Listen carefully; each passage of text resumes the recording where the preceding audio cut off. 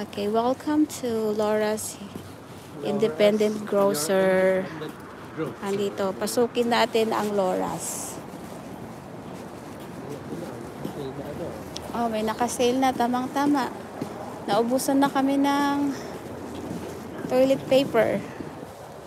Maraming mga carts dito. Pasok tayo dito sa ito. O 58% na lang daw. $5 na lang. Kaso maliit daw. Coffee pala. Coffee and ano. Wala na pala kaming kape. O wala na ding mga laman tong shelves na ito. $2 na lang. $2 na lang. Walang mango. Naubos na nga. Nag-sale siya. 33% off. May mga nag-sale dito. Ito. Ay, dito ginagamit naming sabon. $5 na lang yung Purex sabon. Mabango din ba yan? Ito. Ang mahal naman pala nito. Ito yung gusto ng anak kong chips. Ayan, may mga pagkain dito. Yung banana chips naman, gusto naman ng anak kong isa. Ganito. Ito yung mga light snacks nila sa bahay. Kasi yung baon nila sa school, kailangan mga ito may stick ay nagmahal na siya, $7.49 na. May sky flakes din doon. May polvoron din. Goldilocks $6.99.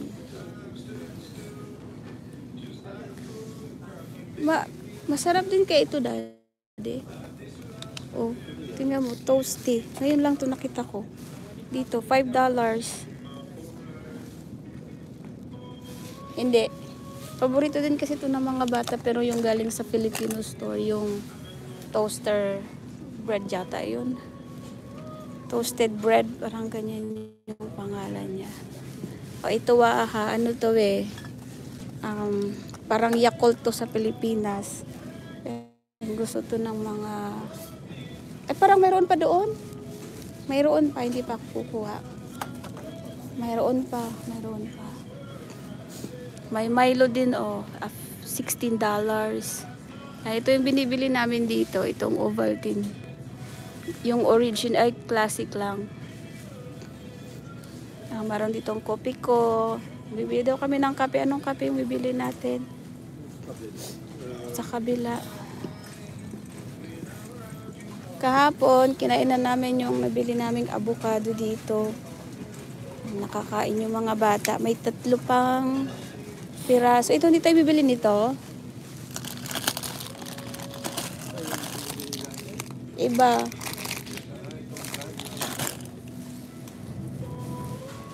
Yan. Wala dito yung wala nga pala dito. Nasa Filipino store din. Dito naman yung mga pastries, bread. Dito, tinapay. Anong tinapay dito?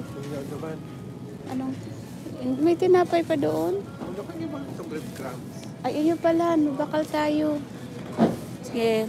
May plano pala akong gawin. So, kailangan namin ng breadcrumbs. Kasi may sliced bread doon na hindi man nakakain ng mga bata. So, I'm planning to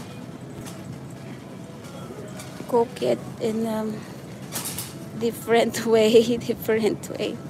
Yung bala kong gawin doon, pipritusin ko yung tinapay with cheese and ham. Saan ko yung ham dito?